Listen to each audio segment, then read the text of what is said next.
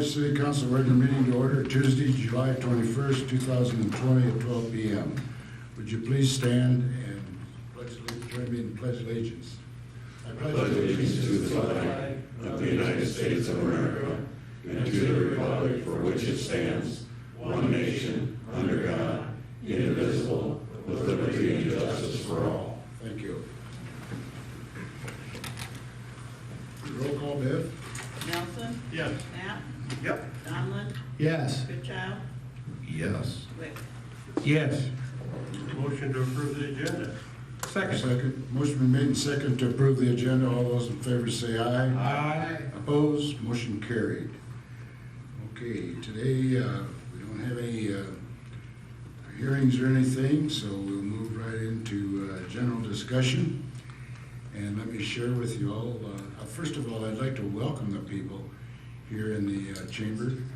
And Bev, of course, with the Sentinel, and particularly you people that are watching over television. I hope you'll be able to hear us today. And these good council members said they'd speak right up into the phone, so we want to welcome you all.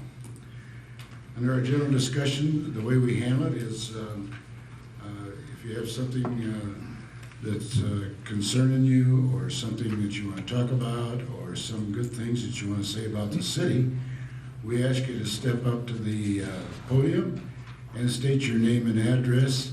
The council cannot make any decisions on the concerns or anything, or the compliments, but they're always certainly willing to listen and follow through on them. So this time, I see Nancy's here. Yeah, please come and join us, Nancy. And thank you. Hi, my name is Nancy Thoma. I live here in Lamar's, and I am the president of the Lamar's Arts Council, and I am the vice president of Junior Golf of Northwest Iowa. And I would like to just give you a quick overview on what's going on with both of those things today, if you'd like. I'll start with the golf. We have plans in place. We're moving along for the September college golf tournament. This year it has a few more events associated with it, and I have a schedule of events, and I have also a list of all of our committees if you want to take a look at those. The schedule of events this year starts earlier, on Friday actually. We have a golf celebrity coming to town, Dan Beaver. He was going to be here Memorial Day, but he's here on Friday, September 18th and the 19th. And then our junior golf is going to sponsor a parent and child tournament on Saturday. Sunday is when we start with the college am, and Monday and Tuesday is the college tournament. So should I just leave these here? yeah, Okay. just leave them right there. I'll make sure that that's done. Okay, great. So one of the things that is happening this year is that we got some video boards donated by Todd Pitts and Insane Impact. So we were thinking of holding a football watch party out at the park as part of the festivities, and the golf teams, when they come in from out of town, can take part in a meet and greet and so on. But with what's going on with college football and college sports in general, it's kind of, a lot of this stuff is to be determined, but we're planning ahead anyway. And we're watching the NAIA very closely. All these teams are NAIA teams, and some of the conferences have made rules or regulations because of COVID. The NAIA has not come out on anything yet, and some of the colleges have notified us. We had a college team out of Northwest Ohio tell us that their school says they can't travel and stay overnight anywhere. So we're going to have some things going on in terms of getting our field filled. But right now it's full, and we have 8 teams that are on the waiting list, so we think we'll still be holding it, and maybe there'll be a little more regional representation rather than the national.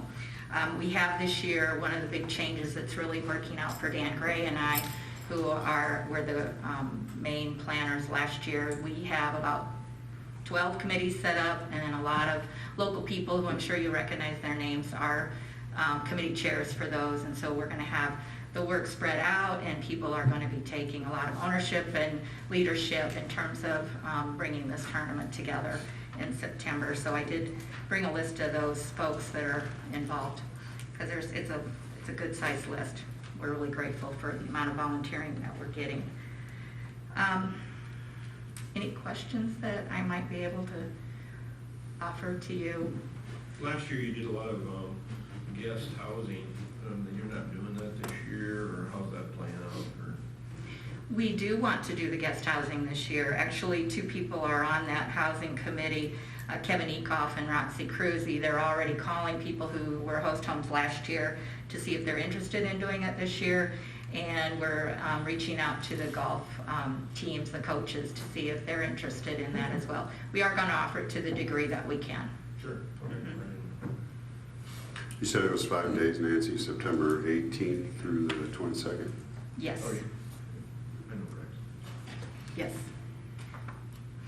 That's fine. There's one each. I hope I have not. I'm sometimes not the best counter. Close enough, okay. I have extras if you can have them if you run out. Art Center. I wanted to just give you a briefing about what's going on at the Art Center right now. We reopened on June 12th, and with our reopening, we had the opening of the American Watercolor Society exhibit. It was a big deal for us to get this exhibit. It's a world-class exhibit. And so we had done, along with the planning for the exhibit, we were doing a lot of planning for improving the gallery.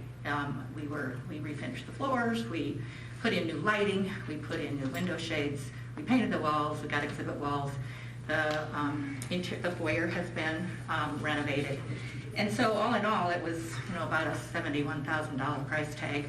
It was very generous donors, private donors, grants, and also it just came together in order to open on June 12th in the way that we did. I wanted to share with you our attendance. I thought you might be interested. Because of the COVID, we felt like we probably had lower attendance than what we would have hoped for. But our guest book has been out, and most people signed it. We have 60% of the people are from out of town. 40% of the people have Lamar's addresses. And we had 185 people sign the guest register in that first 4 weeks. It's been picking up in the last few days, so we hope that we'll have a lot more attendance through July 31st. And you're all invited to come the evening of July 24th. We're having a closing reception, even though it won't be closed right away.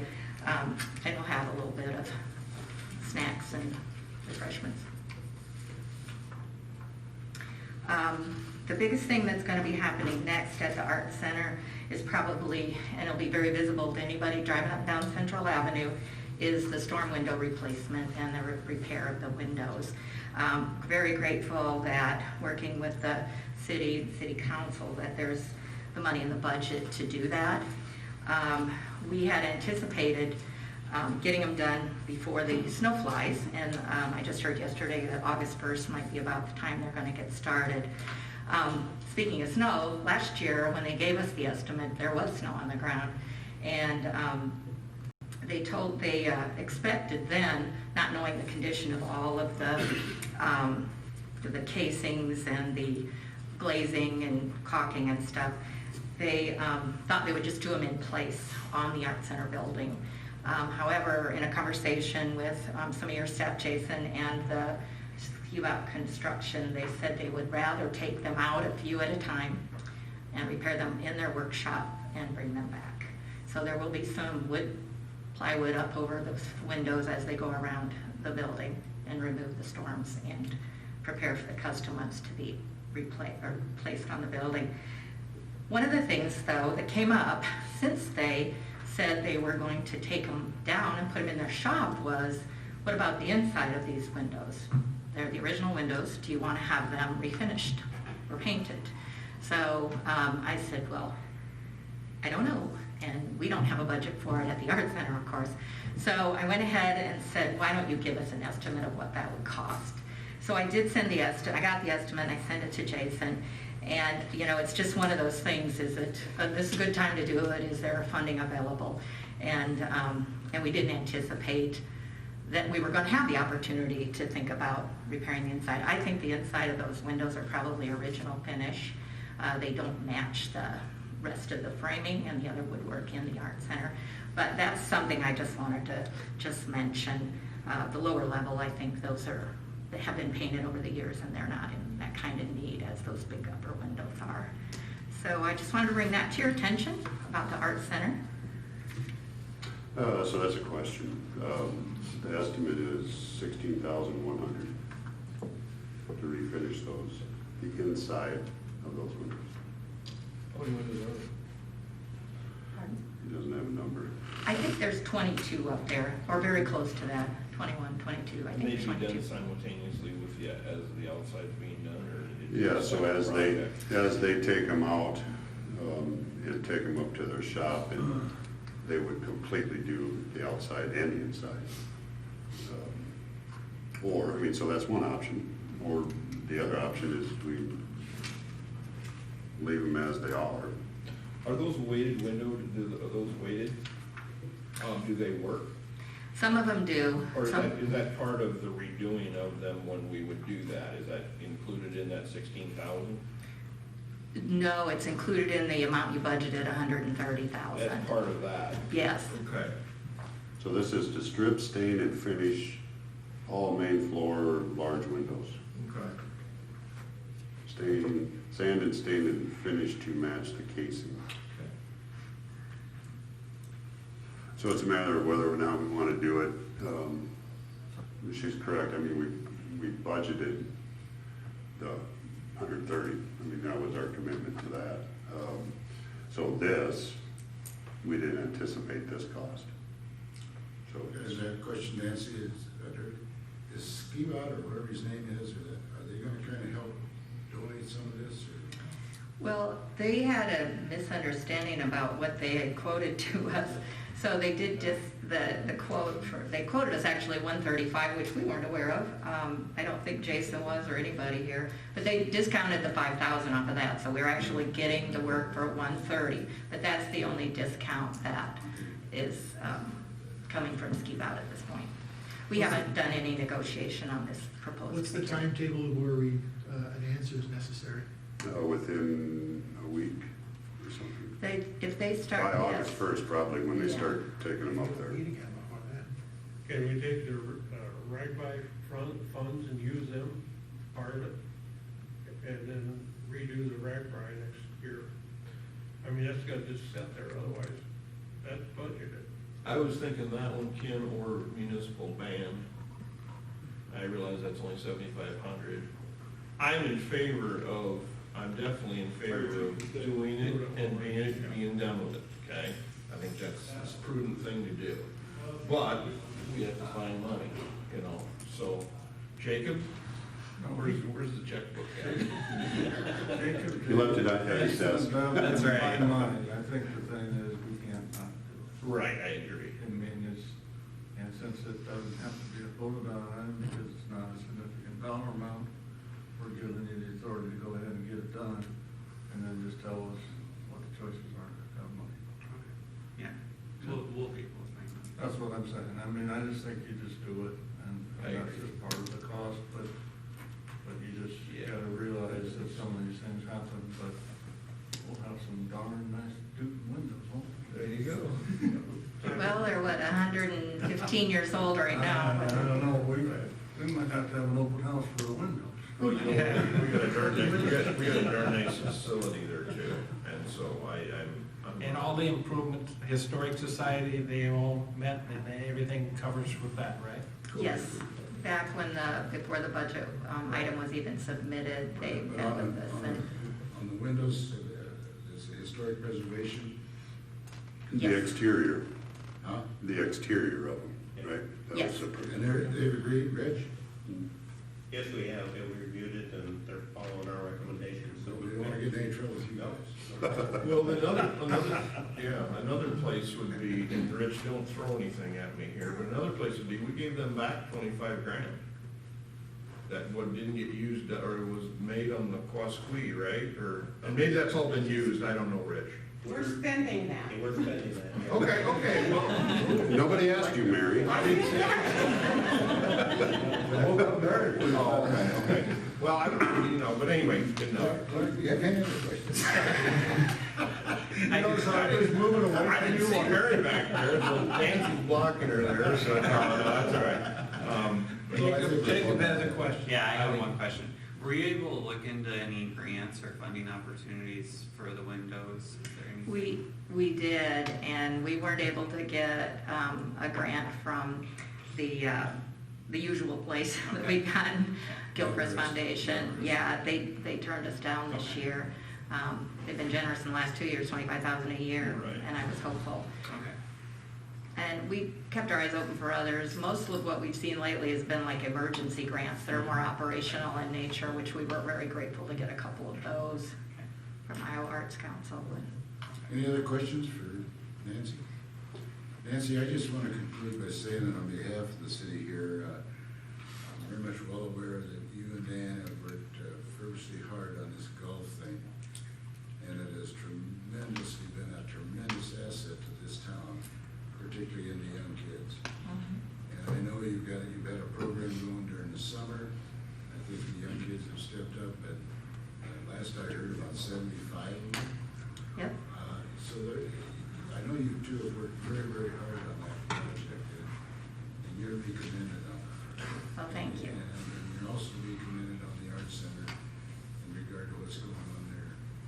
We've got a very, very nice Arts Center in this town. I've heard a lot of compliments on the changes, and keep working. Okay, thank you very much. Thank you, Mayor. Thanks, Nancy. Thank you. Nancy. Okay. Okay, Jacob should just get a PPP loan. any, Preparation.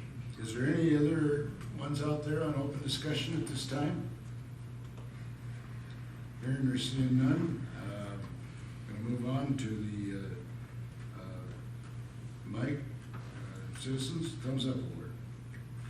I'll give a thumbs up since last we met to the Flay Valley Healthcare Golf outing they had last Tuesday. It was quite a success. Good funds were raised for the pediatric programs there. And it's always with a little bit of work to get all that done. And it was another success this year, so thumbs up to Flay Valley. Good. Clark? I'm good, thank you. Chris? That's good. Ken? Compliments to the contractor on the trail out around the golf course and going west. They got that done in a record time, and they got all patched up and back together, so. Steve? Nothing today. How do you have, every year the city has a city golf tournament. And they had it last week, it was Sunday or Saturday, I don't remember, but thumbs up to Brian Schultz was the winner. And his brother Tyler was in second place, and Al Potabom was in third. And so if you get to see these people, I give them a little congratulations, because they had a good tournament and were very successful. Okay, moving on to consent items. All items listed on the consent agenda will be enacted by one motion. There'll be no separate discussion on those items unless a request is made prior to the time the council votes on the motion. Today we have 5 of them. The first one is approval of July 7th, 2020 regular meeting minutes. Number 2 is a list of the bills for the period ending 7/17/20. Number 3 is the monthly financial statement for June of 2020. Number 4 is appointments. And number 5 is a new liquor license and beer and wine permit with Casey's and Jim's Burgers. I want to go back to number 4, and on the appointment side, and we have visited with Pam Hutchison and Mary in regard to the hotel preservation program of the positions that we filled there. So, anybody else have any comments on these 5 items? Hearing none, I would accept a motion. So we accept consent items 1 through 5. Second to the motion. Motion made and second to accept the consent items 1 through 5. All those in favor say aye. Aye. Opposed? Motion carried. Okay, moving on to the action items. The first one is the 2020 Regional Hazard Migration Plan. The Plymouth County Board of Supervisors adopted a regional hazard migration plan in 2015, which requires being updated every 5 years. The plan serves to guide hazard migration planning to better protect the people and property of the county from the effects of natural hazard events.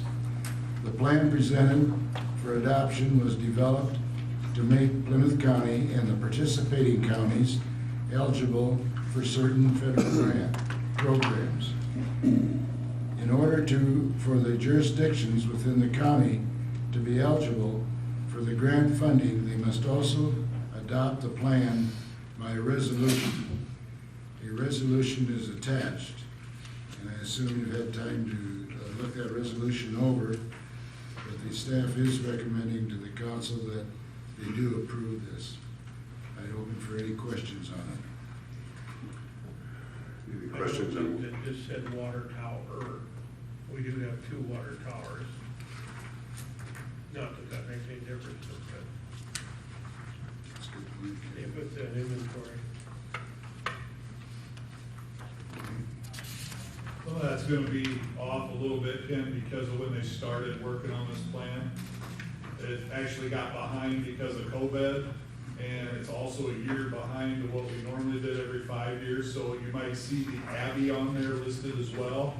So the next time that plan gets updated, those things will be added and removed and such. Thank you, Dave. Any other questions? I understand the state urged for regional multi-county plans this time, and one thing I didn't hear in the coverage of it so far, what are the other counties that we're mitigating along with? Oh, I heard in this That's topic, that's our LEPC region, so it would be Woodbury, Monona, Cherokee, Ida, and ourselves. there's 5 of them. Yep. I heard Dwayne Wolford was on this morning on the radio, so. So initially, this was our own city plan back in 2010. And then they went to a county plan in 2015 and 2020, and now they're wanting to go to regional plans in the future. This is where we got the grant to put in the 2 tornado sirens. It allows you to apply for your federal grants at the airport. It allows us to apply for our flood monies that Jacob's been keeping track of.